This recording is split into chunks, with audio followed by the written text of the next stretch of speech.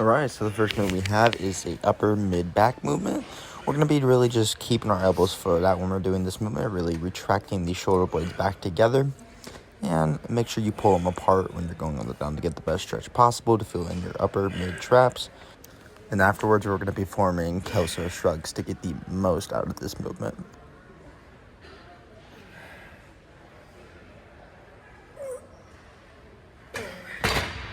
Next, we're going to be focusing on the lats, and this is really going to focus on the mid-upper lats, but, at the bottom, we're going to be getting a little lower lat, but since we're training heavy, more than usual, we're going to not get as much lower lat engagement since we're not getting as far down, but this set was really just to see how much weight I could do at the good form still, but afterwards we do the full rep range, we're going to just do partials to failure.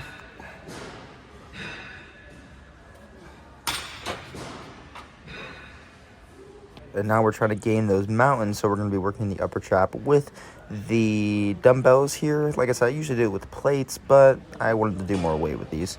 But these also work with forearms because we're not using straps. So I'd recommend, if you're not going to use a really heavy weight, don't use straps so you can also perform getting grip strength.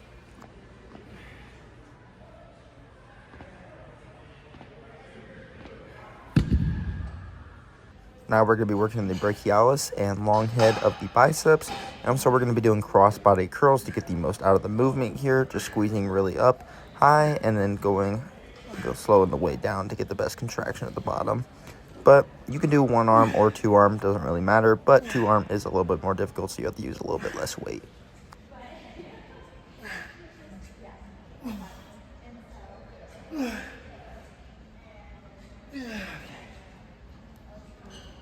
And now to finish it off, we're just going to be doing a straight arm bicep curl just to get the most out of the movement, just to gain the most bicep tension possible. And then we're going to be supersetting it with the wrist curls to get the forearms all maxed out, because we already worked on the brachialis, which is that top part.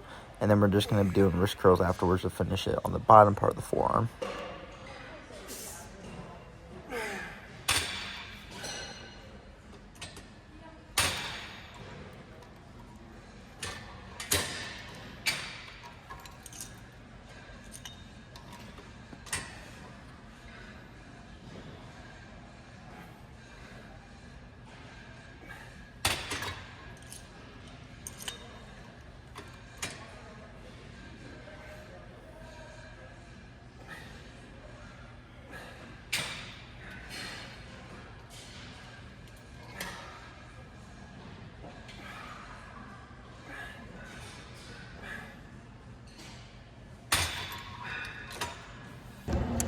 All right, so the topic of today I want to talk about is kind of scheduling around and kind of working with what you got. And what I mean exactly by that is today my schedule is a little crazier than usual. Got a couple things with my girl to do. It's her birthday today, so, and I'm very happy about celebrating with her. That's not the case at all, I'm trying to say. So don't think I'm a horrible guy, but meaning is, a normal day to me looks like wake up, maybe do chest, read a book or something, eat my food before the workout, and then go to the gym, come back, eat more, blah, blah, blah, go to work, right? Well, today it looks like, it's kind of looking like the same so far, but now I'm going to be going out to Fort Wayne, going out to eat with her and all that, right? It's going to be a great time. But let's just say there's another circumstance where it's stuff that you don't want to do exactly. You got stuff for business you have to do. Maybe you got to make calls. You got stuff and work you have to do. Maybe they want you to work extra.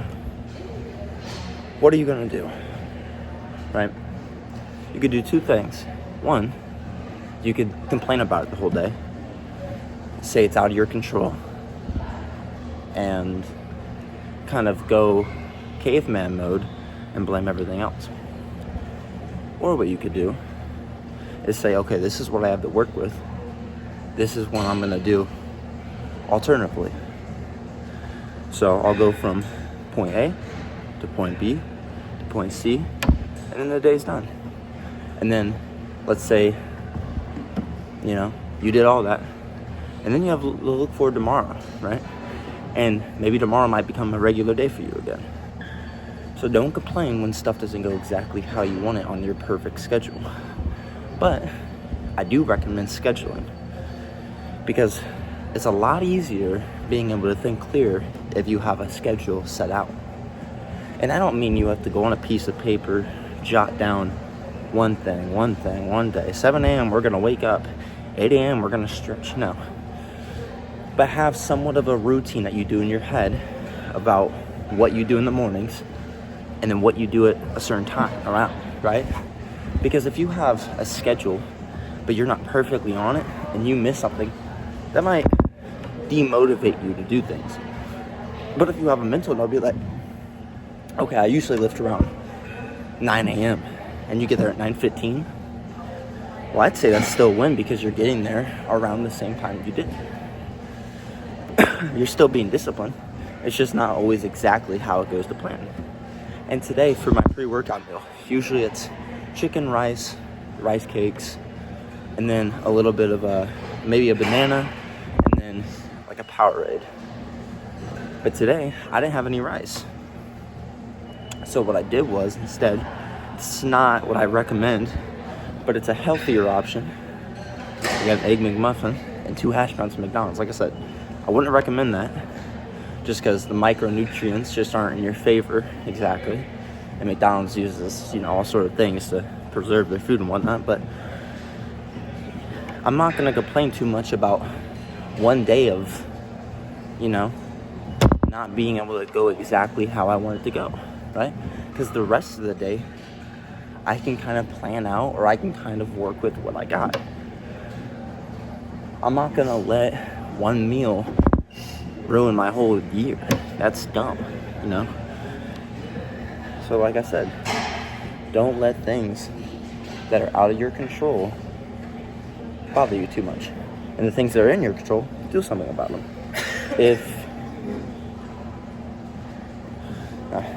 If there's something that's bothering you, but you can control it at least in 90% of the aspects, let's say, you did what you could in that 90%, that 10%, let God handle that. You know what I'm saying? Whatever you can't handle, let God handle.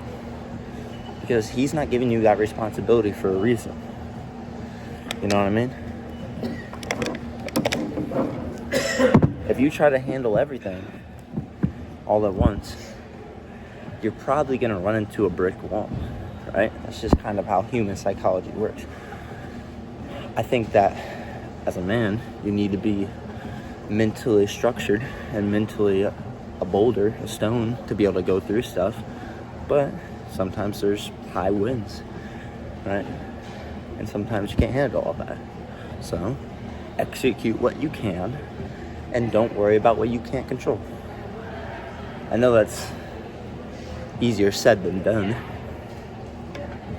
but as soon as you start implementing that in your life, the things that you can't control become a lot simpler to control. There was like a moment in my life where I wasn't enjoying the process entirely because I had all this weight on my shoulders. But then when I finally realized, let me just, let's say, not worry about them, but let me not try to take control of them as much, then my life started smoothing out a little bit more. I'm not saying it's not going to be rocky where you're going up, down, up, down. I'm saying it's more going to be like a little, instead of up, down, it's going to be like a up, down, just like a little wave. You know what I'm saying? It's like I said, do what you can do. Don't do what you can't control. And you'll learn in life that it starts becoming a lot more simple. Not easy, simple. It's just like in the gym. What's going to grow your chest? Chest movements. They're not easy, but they're simple. And with life also, you can learn how to execute them a little better. One way was like, okay, it's all right. Another way, you're going to hit it a lot better, a lot easier, and it's going to just become a lot more simple to your mind. So, other than that, I think I got everything I wanted out. But overall, the workout today, pretty good.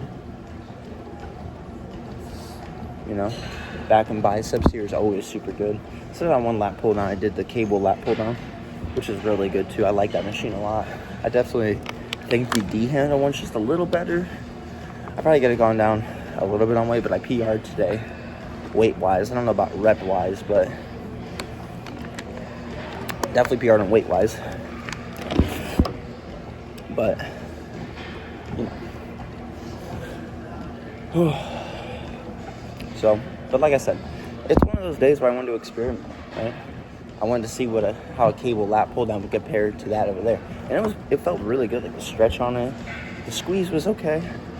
But now I'll know for next time, either one, if I want to do that again, lower the weight down 10 pounds, maybe 20, maybe 15, or 2, go back to doing what I was doing. So, like I said before, when you're in here, experiment. Even if you've been in the gym for 4+ years or whatever, you still can learn, right? You still can learn from your own mistakes, your own, whatever you're not doing here. If one, like a dumbbell row, if you've been doing that for 2+ years and you're like, okay, this is getting not super fun, or you're not progressing on it, maybe for one, you're plateauing, and 2, there's probably another alternative that you could do. Okay, change it to a cable row. There's always room for improvement, always room for growth.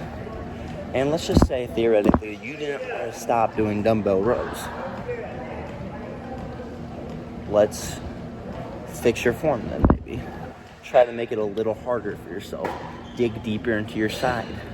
Because I see with a lot of guys, when they're doing rows and they're trying to focus on lats, everyone kind of does like their natural kind of path. They kind of flare out their elbows or something.